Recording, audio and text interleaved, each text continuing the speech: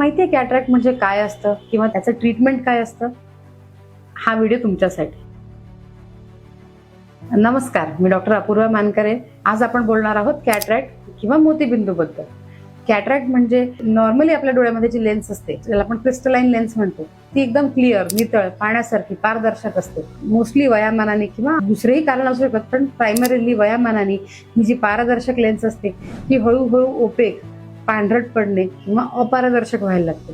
त्यामुळे जो डोळ्यात लाईट जातो तो जाणं कमी होतो आणि आपल्याला दिसणं हळूहळू कमी व्हायला लागतं. मोतीबिंदू हा प्रायमरीली एजिंग चेंज असल्यामुळे त्याला औषधं किंवा ड्रॉप्सनी रिव्हर्स करता येत नाही.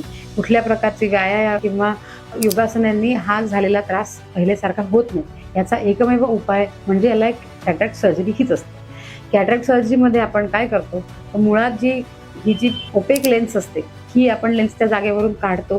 त्या काढायच्या अनेक पद्धती आहे. ती लेन्स तिकडून काढून त्या जागेवरती एक इंट्राऑक्युलर लेन्स किंवा आयोवेल ज्याला आपण म्हणतो ती तिथे बसवतो. ही जी आयोवेल असते अनेक प्रकारच्या असतात, अनेक मटेरियल्सच्या असतात. याबद्दल जर का सविस्तर माहिती हवी असेल तर फॉलोअर्स किंवा येऊन नक्की संपर्क साधा. थँक्यू.